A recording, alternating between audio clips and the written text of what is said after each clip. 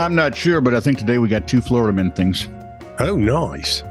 Well, not really Florida man, but 2 Florida. Well, one's a Florida man. Anyway, that's all I had on This Is Truly News. If you like concise, really cool headlines like that,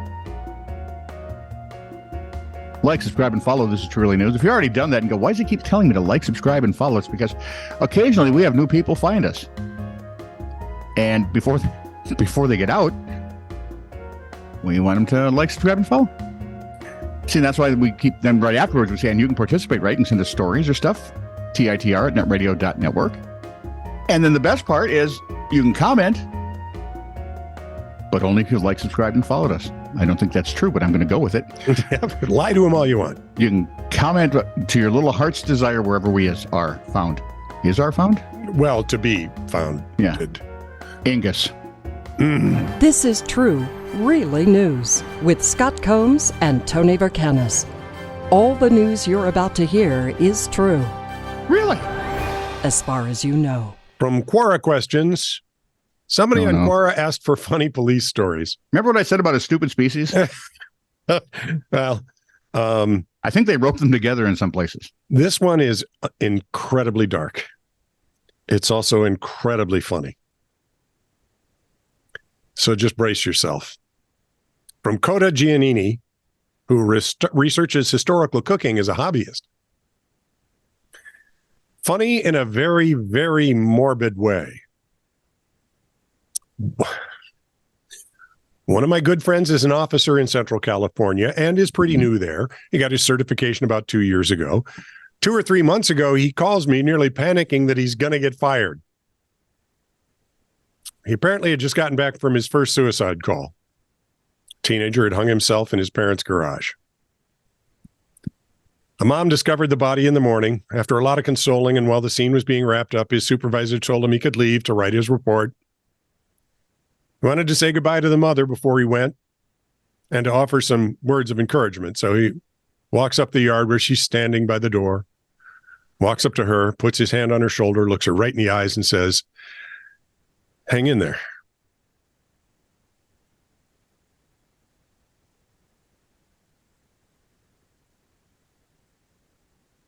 Think just a little before you speak. But sometimes it's just those, you know, that weird, awful, god-awful commercial? Which one? Nice trip, sir. Thank you. You too. Oh, yeah, that one. And then everyone gets so upset about it. But the thing, that one's not funny. But half the time, we just blurt out what normally shows up in our head. Yep. And we're back to the stupid species. Here he is. Yeah. So, as long as we got stupid species going and grisly stories. Yeah. 32-year-old Omar Gutierrez is from Gainesville, Florida, which makes him a Florida man.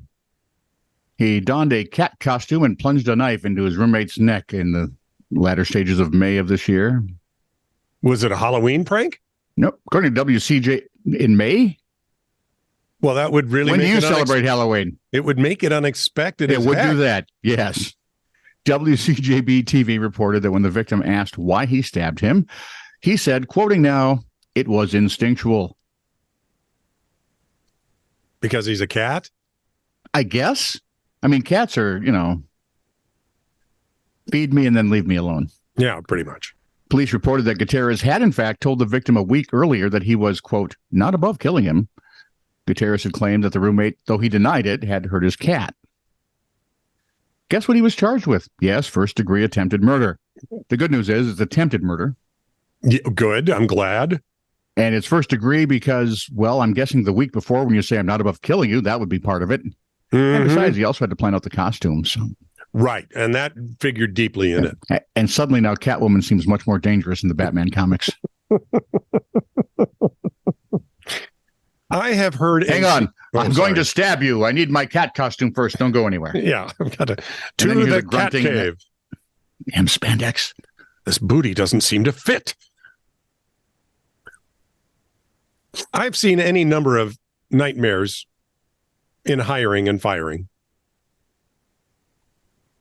But this one is pretty good. Manufacturing is a wild field to work in, and I'm beyond glad I made it out. When I was working employee relations at a large manufacturing plant, I had to deal with everything from a cafeteria fight over a muffin to on-the-clock affairs. Really? Yeah. Hey, guys. We all I'm know just trying to picture this because the only time I worked, manufacturing was I was on the floor at an ammunitions company. Yeah.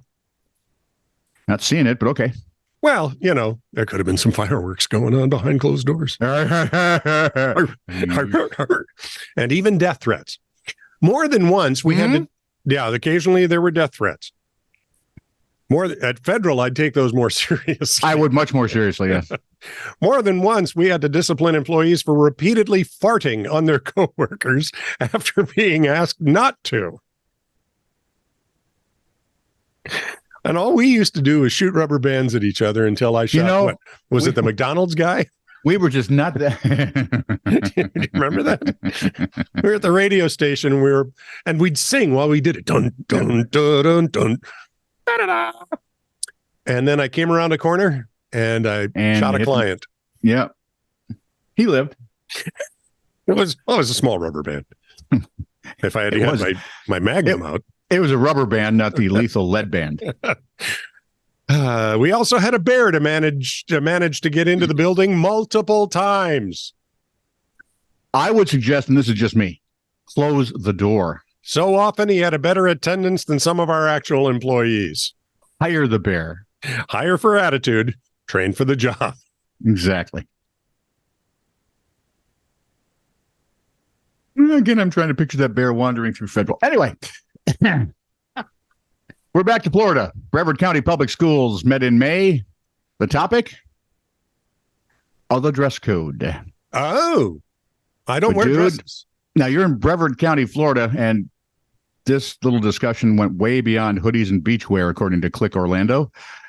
The vice chair, Megan Wright, told board members that she has heard concerns about students dressing up as furries. Oh, this thing. It never goes away.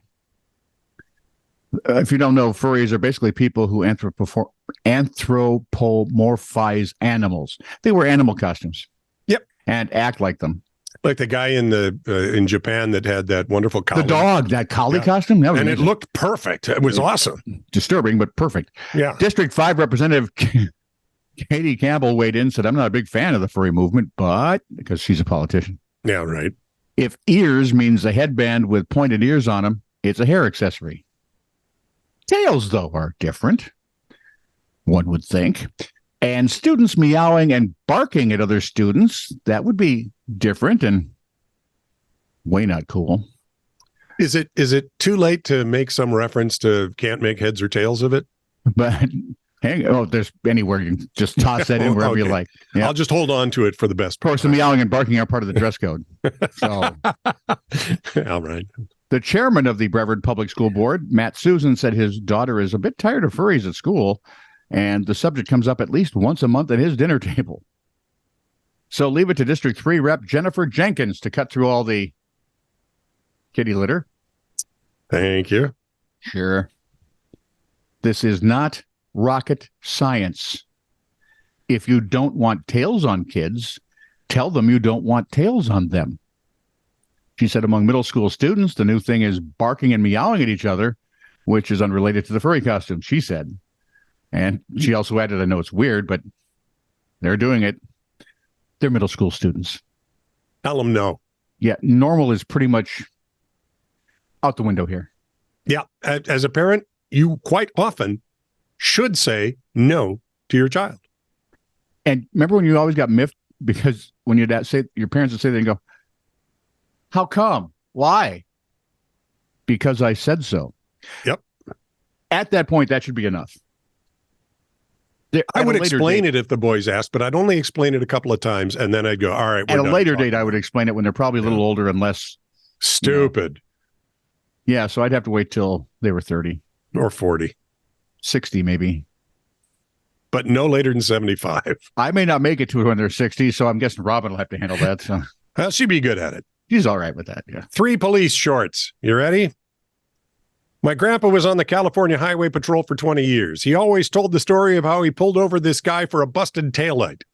Grandpa asks him for his license and registration. The guy says, "How'd you catch me so fast?"